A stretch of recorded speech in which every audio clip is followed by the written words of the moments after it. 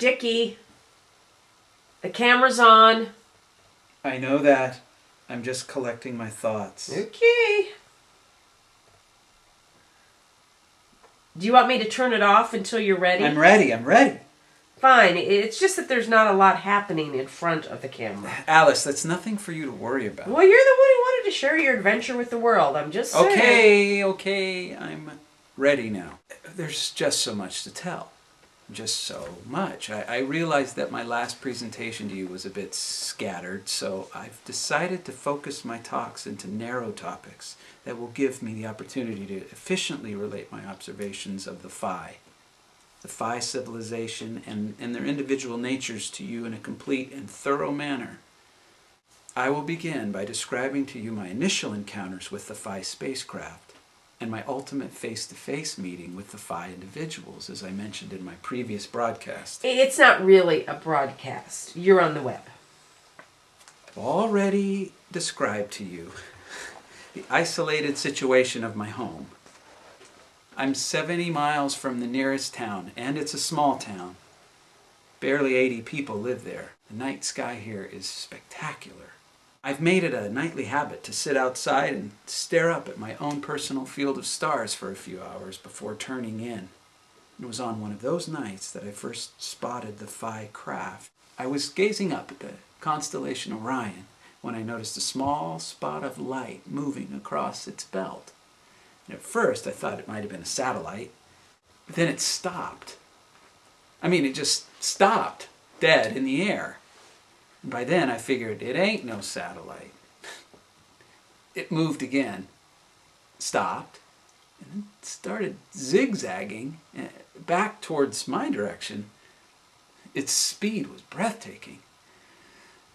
I expected it to pass right over me, but it halted directly overhead, and damned if it didn't start to descend. I could have crapped in my pants. As it got lower, I could clearly see that it was saucer-shaped, and it moved with a little wobble like it was traveling over some kind of invisible waves. Then, when it was just about waist high from the ground, it stopped and hovered over my father's old jojoba field. I was paralyzed in my chair.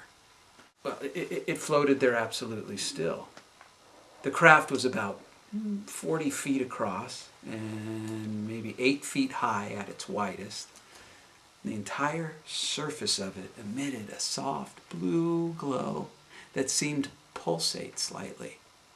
I didn't think it was possible to feel this keyed up. I felt like my heart was going to explode. Sitting perfectly still in my chair, I just watched, as I'm certain the occupants within the craft watched me. It just remained there for about half an hour. What? Oh, nothing. I was just reflecting on the moment. Well, anyone watching you really can't see that. You've got a veil covering your face. Looks like you're having a stroke when you do that. Then it left. It rose, speeding up as it gained altitude until it was, again, just a small dot of light among the stars in the sky. Then it streaked off over the horizon. I stayed outside looking at the sky for another hour. No words can describe how I felt after that encounter. I went to bed shortly afterwards, but couldn't sleep. And how could anyone sleep after an experience like that? A fucking flying saucer had just parked itself in front of my house. I lay in bed going over every moment from when I first spotted the craft, first time I saw the saucer to the time it lifted off. I'd been transformed by this experience.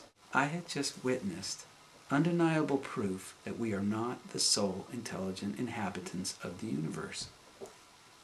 It was impossible to lie in bed or even keep still. I got up and paced from room to room until I couldn't even bear to be contained within the walls of my own home and wandered through the desert. The sun rose and I still walked until fatigue overcame me.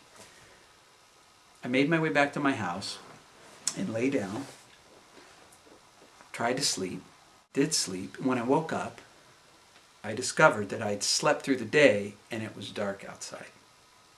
So I jumped up, hoping to catch a glimpse of last night's visitor. What I saw outside my door shocked me beyond what I imagined was possible. Parked in the exact same spot where it floated the previous night was the alien spacecraft.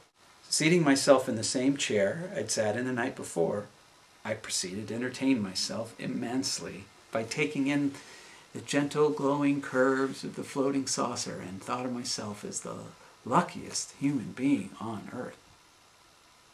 And later, after the saucer departed, I didn't want to endure another sleepless night, so I downed an ungodly amount of brandy and was able to collapse into a deep sleep. Despite the monstrous headache I suffered the next morning, the sleep refreshed me, and I was out waiting when my visitors returned that evening. The craft flew in from the northwestern sky, and for the next 2.5 weeks, it returned to hover next to my house. Did you tell anyone? What? Did you tell anyone? You know, like the police, the army, the FBI, anyone. Why would I want to do that? Oh, never mind. Each visitation of the alien craft was an absolute miracle. However, I eventually found myself yearning for more. You'd think I'd be satisfied as the only human on Earth. I assume I was the only one to enjoy nightly visits from an interstellar vehicle, but my curiosity about who was piloting this craft had become more and more whetted. Then one morning, I hear a knock at my door. Now, I'm a light sleeper. I mean, it doesn't take much to wake me. And after glancing at my clock, I'm thinking, who the fuck's knocking at my door at 5:46 in the morning? I mean, that was the whole point of moving out in the middle of the goddamn fucking desert, and that's to be alone and not to be bothered by anyone. My best guess at the moment was that it was probably some damn javelina hunters lost and trying to find their way back to the highway. I mean, they've been here before.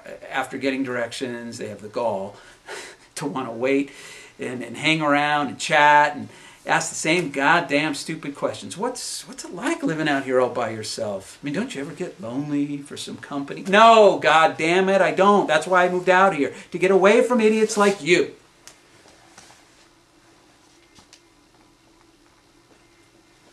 Dickie, Yeah? the knocking. Oh, yeah. Hey, how's the battery holding up in the camera? Fine, I gave it a fresh charge yesterday. And then we won't need to discontinue our session anytime soon? No, we can go on for another hour. What's wrong? I gotta go. Go? Yeah, I gotta go to the bathroom. Can't it wait? No, just stop the camera. You... I said stop the camera, goddammit.